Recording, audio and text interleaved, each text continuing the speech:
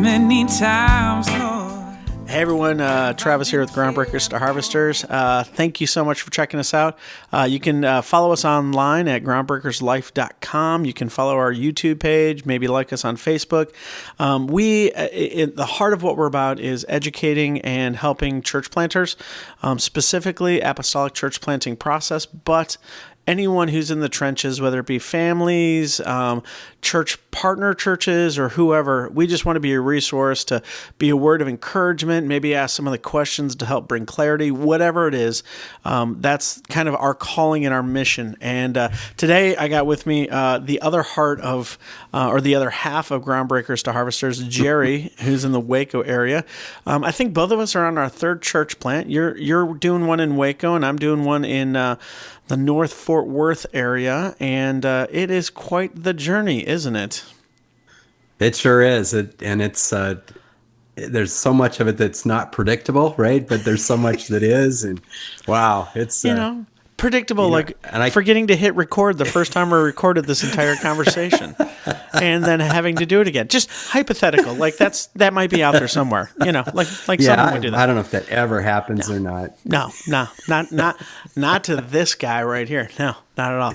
Anyways, we a few weeks ago we had a chance to get out to a conference in Phoenix, Arizona called Best Practice Ministries, and we had a chance to kind of present about apostolic church planting and what makes it unique and why we see value in it and why we see success as people are approaching that and starting to engaging it. And it was just a really great conference and thoroughly enjoyed it. And so, man, thanks to everyone out at Christ Church Lutheran in Phoenix. You guys did a great job. Always feel so encouraged and renewed. So, Gerry, what was some of your takeaways from the conference? Well, like you and I've talked, I mean, what an encouraging time it was. There's so many people that are following God on his mission and doing the things that God is calling him to do and being creative. And what a amazing thing that you can go and just sit at these people's feet and learn and just maybe take some stuff back, but also just be encouraged to go and do more. And I love it. I wish I could be there all the time, kind of the mountaintop experience, right? Yeah, it was good.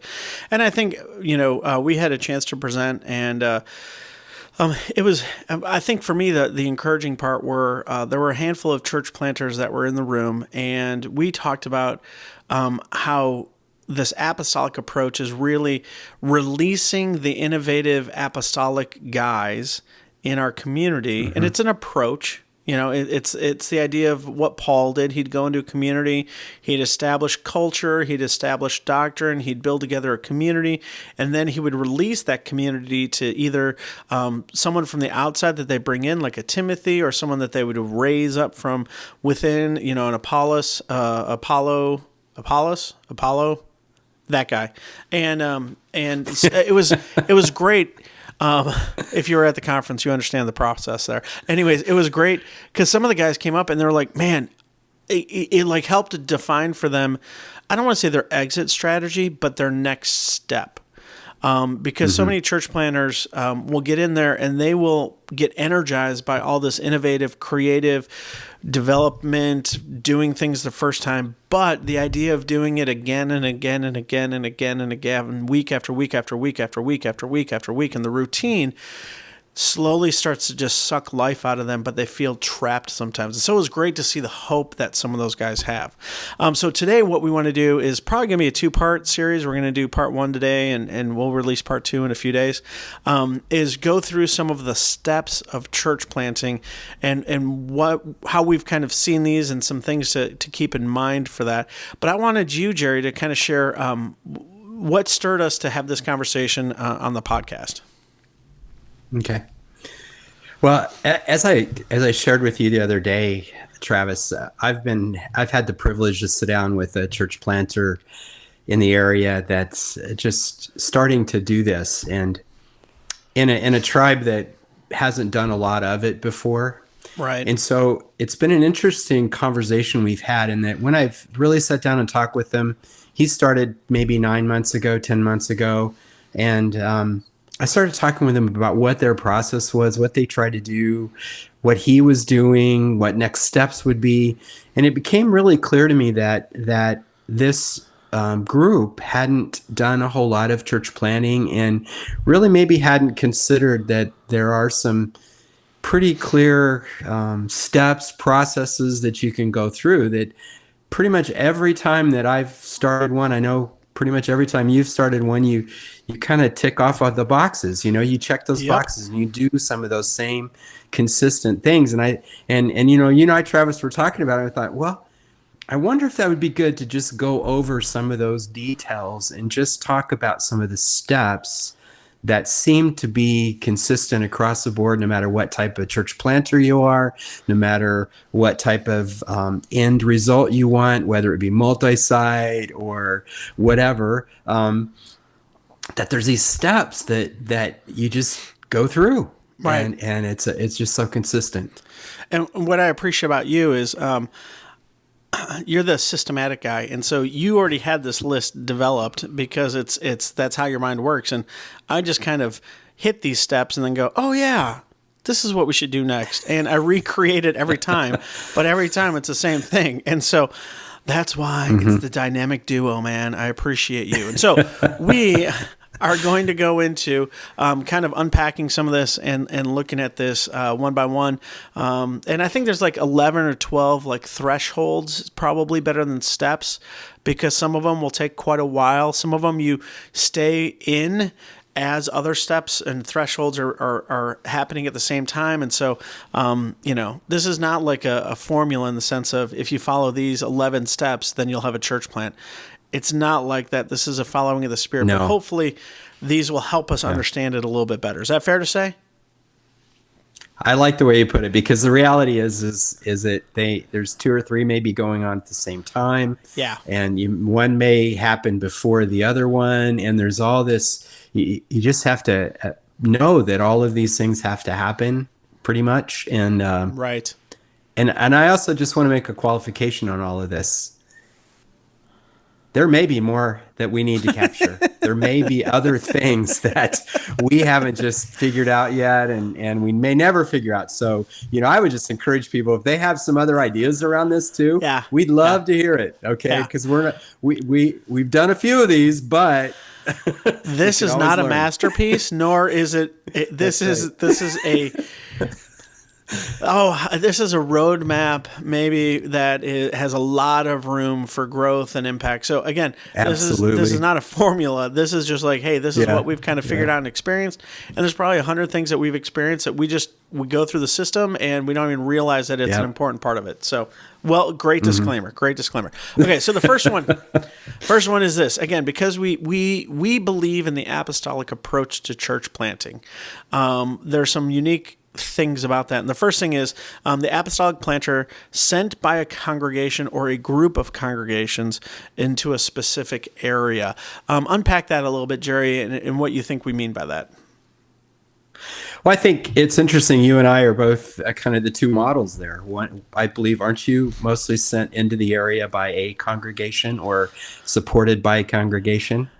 I am, So one of the things that I love about that is I firmly believe church planting through a group of partner churches is the best foundation for potential success. Because I think a few things that happen there when you have a coalition of churches that are sending out this apostolic guy. One is all of them, three of them. Right now, the one that we're working on, we have 4 different churches that are all very unique and very different. And it kind of, because there's other churches working with it, it kind of, they can't be overly concerned about their unique DNA being resurrected in this new location. So it doesn't become like St. John's 2.0 or Lamb of God in the wherever. It becomes a new wineskin that God's pouring new wine into to connect with new people that are unique to that culture and that community. And sometimes when it's a single church that's planting the church plant, and great churches, man, great, great DNA. But they can sometimes, it's kind of like raising a kid. At some point, you have to realize the uniqueness of your kid and let your kid become who they are. And sometimes you see parents that are overly controlling of that kid and trying to make them something that they're not. And that almost never goes well. And you can see the same thing happen in a church plant. And that's why I love having multiple churches financially sending families, committing to pray for the church plant. It really, I think, helps set the foundation of saying this is a new church. And our job is to really understand the culture we're in and do everything we can to connect this amazing good news of Jesus Christ into the hearts and the minds of the people that are currently living in the streets, in the neighborhoods, in the schools, and shopping at the places that this church is being planted in. Thoughts? And that's what I've seen too. I think the more, if you have a group of churches that are coming together and realizing the need and then equipping a planter to go out and do that, I think that to me, as you said, is the most powerful, because then if something changes within, if it's just one congregation, something changes, maybe their resources change or leadership changes, or there's always this dynamic that is this church planter going to be supported at the same level, and again, the DNA piece that you talked about is so important too. I think my question though, and this is more I don't know if it's a logistical question but as far as I understand, in our world, the challenge with the being sent by a group of congregations is we believe in a call. So you do have to have a single congregation that's willing to have that call reside in that congregation, right? And some of the responsibilities and things that are along that. So correct. So even though the group is good, you also need an individual congregation that has that same maybe vision for reaching an area with the gospel, and that's what I was trying to differentiate. You have that now. You have a congregation that's called you to do that. Yeah, and I am a little different. Yeah, you are a little different. I have an anchor congregation, what I call an anchor congregation, that they they have a passion because of DFW growing at such an exponential rate and realizing the deep need. They've committed substantial resources over the next 10 years. I guess it's down to 7 years now, to really see this apostolic thing happen. And so, and to give context, the church plant that I'm working on right now is a 45-minute drive away from where I'm called to, and that is supporting me financially and supporting my family financially. And none of their people are going to end up there because there's a huge lake in between us, right? But they understand the servant heart. Now, you are not called at this time from a congregation. You're actually called on behalf of the district. Is that correct? Yes, that's correct. Okay. Yeah, and part of the challenge is in our area here, a lot of the congregations have had some retirements, have had some vacancies, and quite frankly, not any of them they're not at a financial level that they could support that long term, and really are concerned about signing up for that as a call. And so the dynamic here is different in that the working with the district people, and they felt it was best for me to be called through the mission, right, the mission board, and through that at a district level. And so I guess that's what I wanted to just kind of talk about. There are some interesting nuances to this whole thing. And again, it reminds us there is not a single way to make this happen. Be creative. If there is growth in your area and you're seeing some new suburbs and suburban areas starting to explode in growth, be creative. If you're feeling called to that community, be creative in how you get funding and how you develop partnerships. Don't go it alone. Talk to your districts and get on board with that to make it happen, because there is not a one-size-fit-all. If God's calling it, He's going to creatively figure out solutions to make it happen. Is that fair to say? I think so, and especially in our world with the call process and all of that, just because you don't have a single congregation that can maybe do that in your area, that doesn't mean you can't do it. Like you said, Right. you just have to get creative, and it's amazing how God opens doors and really provides, and yeah. Enough said. Yeah, and again, why do we start off with this? Seems like it's a no brainer. Of course, you need churches that are wanting to do a church plant, but we've talked to guys that there is a church that wants, or a leader in a church that wants to do a church plant, but it's not the church that wants it, or the community that necessarily is willing to support it. And God forbid that church leader leaves or is called away. Everything can come tumbling down in a matter of months. And I've seen it too many times. So make sure that there's a coalition with some district support to make something like this happen, right? All right, number 2 is this: formation and development of leadership team around 4 key players. 4 key players. The key players that I think we have identified is someone who is administration. I call them the data. They're just tenacious with the data. They desperately want to make sure that if you get contact information from someone, it's put into whatever data management resource that you have, that they are running point on the emails, that they're running point on communication, that they're running point on keeping your partner churches up to date and up to speed and having celebrations with you as you move forward and wrestling with it. A lot of times the church planner will feel like this is their job. It is not your job. Do not try to do this. This is in the weeds, and you can get so distracted and frustrated with it. Find someone who can do administration. The next person I think we talked about was an operations person, and this is kind of, well, Gerry, you understand the operations person a little bit better than I do. So why don't you? Because that's your love language is operations and stuff like that. So why don't you share a little bit about operations people? Operations. We struggled with finding a name for this, didn't we?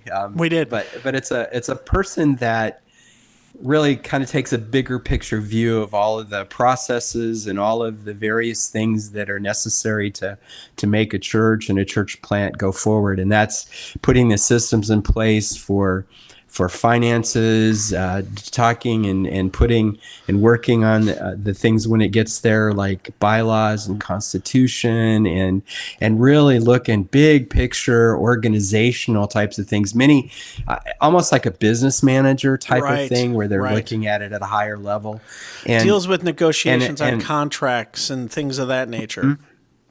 Yeah, and setting up the nonprofit status and figuring that out through, whatever, just like if we're through the LCMS, but others have to do it different ways, and just understanding all those things and really helping guide the church planter, who typically this is not one of those that is taught a whole lot in seminary. And so you really absolutely need somebody like this to help kind of in the operations thing. And when you get to the point where you're looking for a space to even worship or to gather together, then they would be the ones who could talk to the people out there, the business leaders and the realtors and all of those things, because it's more of their wheelhouse than the church planters. So I don't know if that helped clarify it or not, but that's nailed it. It's absolutely critical, I think.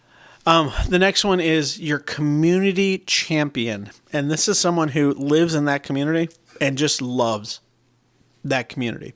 And this one is probably one you're not going to have way early, but the sooner you can get someone like this on board, it just creates this energy and this vibe. They will know the rhythms of that community, the special events, the celebrations that community engages in, and will give you insights on how you as a church plant can get involved and get connected and begin to listen through some of those things.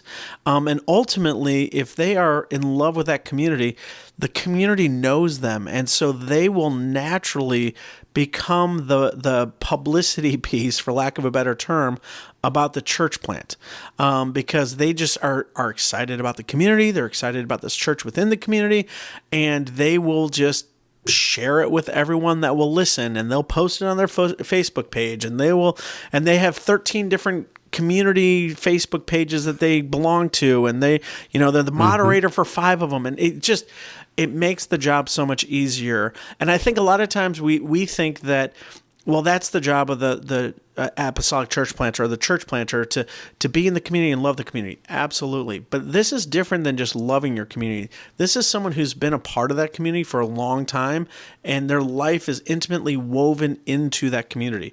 Most church planters, they'll roll into a community and they're expected to have things up and running in 6 months, and you barely even know the street names at 6 months in some ways, right? So having that community champion there. Yeah, and a couple of examples for that. I mean, if you want to think of an example, if you want to go catch fish, some people like fishing, right? Yeah. They'll hire a guide, and because the guide knows where the fish are, the guide knows all of those things, and I think that it's almost like that. You need to find who that guide's going to be for you, and we were fortunate enough here in Waco in Robinson, where we're planting this church now. One of the ladies that's part of the leadership team is. She used to work for the chamber here in Robinson. Yes. And so she knows everybody. And she knew, for instance, that this one huge event they have here is a Christmas parade. And so she said, we need to have a float in the Christmas parade. So we built this beautiful Happy Birthday Jesus float for this parade this year, and there were 3,000 people lining the streets, and we handed out flyers and candy and all that, and invited people, and people came. But we would have no idea that was going to be such a big deal unless we had somebody like her that really understood what was important to the community, and so it's such a critical position. It really is. And this goes back to step 1 of being integrated into those partner churches, because chances are your partner churches has this person already there. But a lot of times partner churches or established churches don't value that as much as maybe they could. And so it's a gift that God has given that's kind of withering on the vine, and the church plant has a chance for them to really come alive and make a big impact. So that's a great example, being a guide into the where the fish are in the lake. I love it. The fourth one that I really want sounds kind of biblical too. It does. The fourth one I want you to talk about, the fourth person, is your spiritual warrior. And just kind of unpack that a little bit, Gerry. Well, and we've talked about this in some of our other casts, that we really are in the midst of a spiritual war here, and as the Army would say, we're kind of out at the point of the spear when you're church planting, and so it's not if you're going to get in the battles, it's going to be when and how intense they're going to be, and where are the weaknesses and all of that. So we really believe there's a really important piece, that somebody who is really that spiritual warrior out there, that is a prayer warrior, is grounded in the word, and really can help the people of the team really recognize that God is sovereign, and recognize that they are in the middle of the war, and help people make sure that you're always have the armor of God on at all times, and covering with prayer, and even raising up prayer teams for it, because there's a lot of congregations that can't financially support, and we understand that. But man, the prayer support is even more valued in my mind than the financial support, and that person could rally people around the whole that armor of God, and just being grounded in who God is, and reminding everybody that this is a spiritual war, but God has won, and we just need to follow him. So I don't know if you want to add to that or not. No, what I would say is, when thinking through those 4 people, the administrative, the operations, the community champion, and the spiritual warfare, as a church planter, my first church plant, I thought I had to do all 4 of those, and I became the single point of failure, and I was actually the individual that was slowing down the potential growth of the church plant, because everything had to go through me. as a church planter, the sooner you can get these 4 roles filled within people within your community. First off, you're sharing the vision and the mission. You're helping develop people for acts of good service for the benefit of the body of believers. And ultimately, the ownership is transferred from you, and the weight is transferred from you alone to this community where you bear the burden together. And so I would say, if you're in the church planting process and you're thinking about those 4 roles and you realize you're doing 3 of them, that might be the most important thing you can do over the next 6 months, is to really look at your community and say, okay, how do I offload these 3 roles that I'm currently doing that I can do, but just because I can do it doesn't mean I should be, nor am I called specifically to do it. And so that would be my encouragement. And the other thing is this, gentlemen, and this is Gerry's heart. He rallies this on me all the time. We have to care for our wives as we go into this church planting process. And a lot of time it's easy to dump some of this off onto our wives.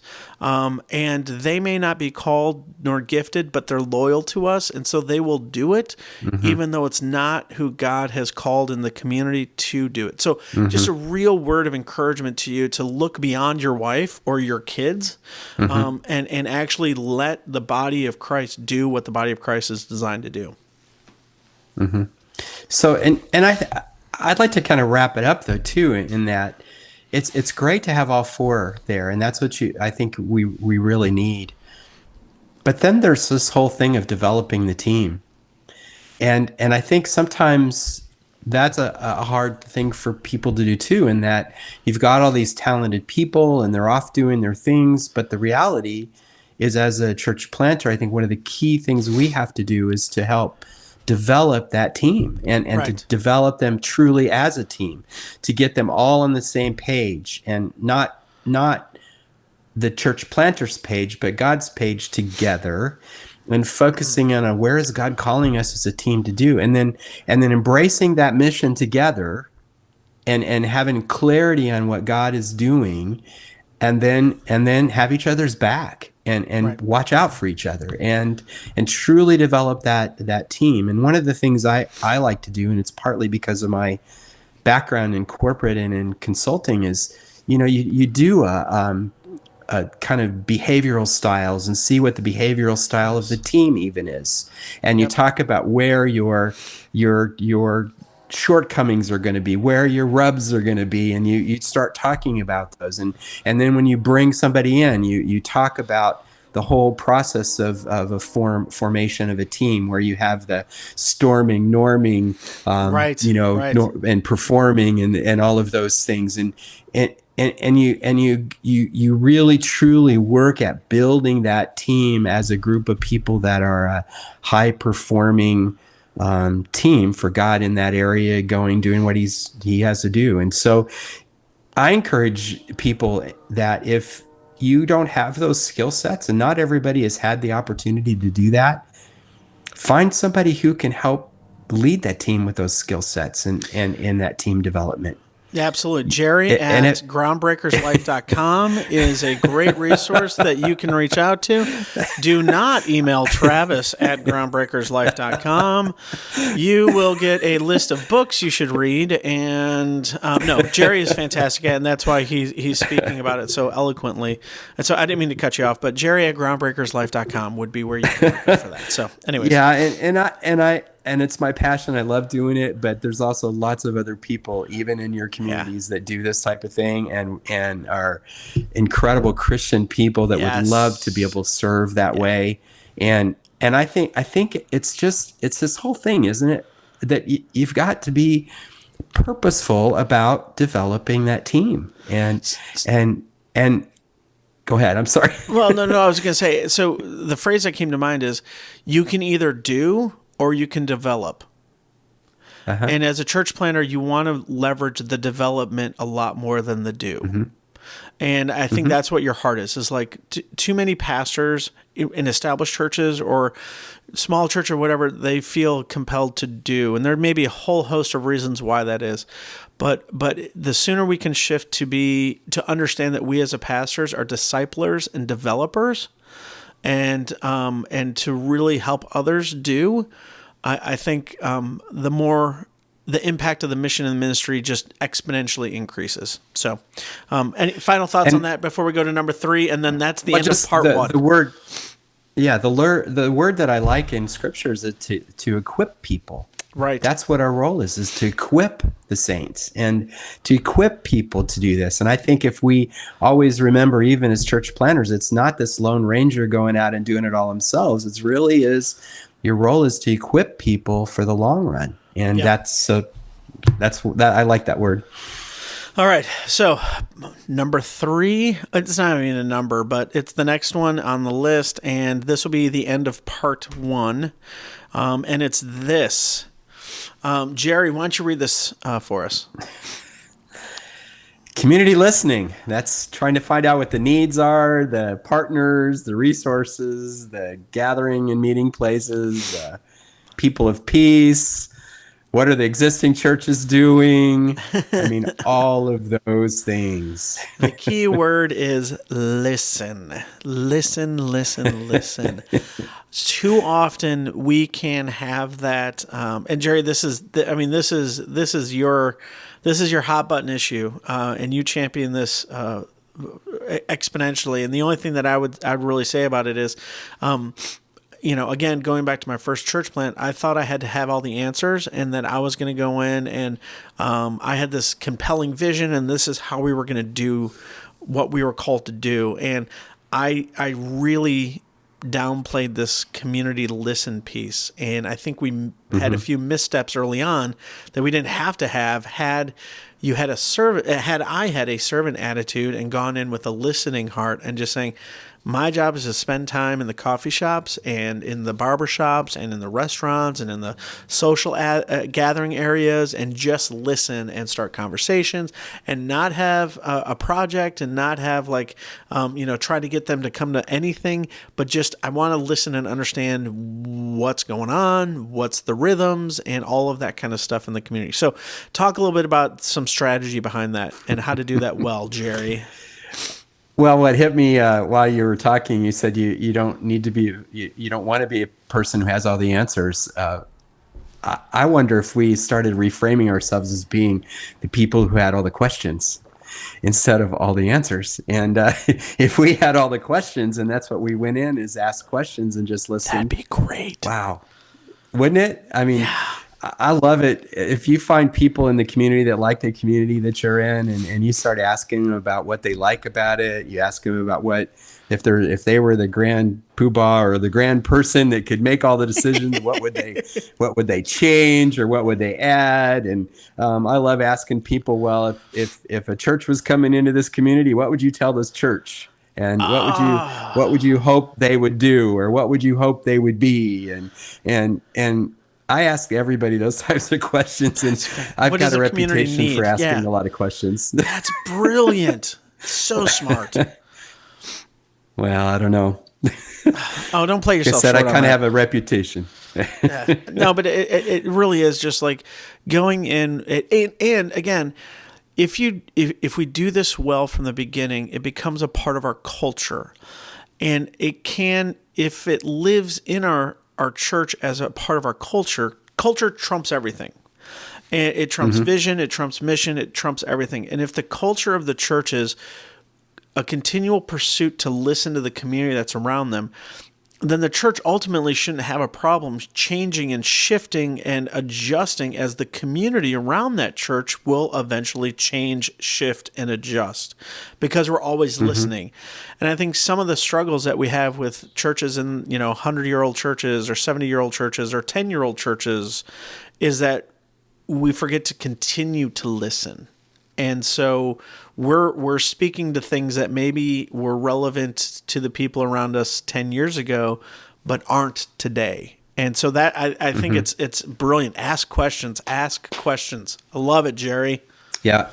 And a couple of more comments around that. I mean, I love, there's an organization in our group called PLI, right? Pastoral Leadership Institute. And one of the things that I heard there, and I really, really embraced it, is that we will never be culturally relevant, but we can be culturally informed. And I think that's so critical. We need to be culturally informed. We are Christ followers, so we are not of this world, but we need to be culturally informed with what's going on around us, and be those people who can bring the gospel to bear in a community, in that culture that we're in. And to be able to do that is to be able to ask questions and listen what's happening and learn the language, learn the things that are going on. And remember I talked about the leadership development. Right. That's one of the things I found to be one of the most interesting things, is that the leaders, a lot of the leaders that have been brought into, that I've started working with, been brought into my realm, they aren't used to asking questions of strangers or being out and so part of the development piece is just to help people get comfortable with learning how to ask questions and listening, and because people aren't used to being able to do that. And so a lot of times I'll go out with people and I'll ask questions and I'll talk to people, and they'll just observe, and they go, I see what you did there. I see how you did that. I'm going to try that again. And then so they go out and try it. And then all of a sudden they've got great stories. Yes. And that's part of that development. I love it. I love it. Hey, I cannot thank you guys enough for listening into part 1, which it may end up being 5 parts. Who knows at this point? Of the process and the thresholds that you kind of will journey through on to planting a church. And there's a whole host of things we haven't even talked about yet, because we're laying the foundation, developing some cultural things that can really impact the church and the church plant for generations to come. And so thank you guys for checking us out. As always, Gerry at groundbreakerslife.com if you want to talk about strategies and process through some development of team stuff. Travis at groundbreakerslife.com if you want a joke or a pithy story. And otherwise, we are just we are blessed to be here, and part 2 will be coming out in just a few days. So God bless you guys. Faithful, let it count.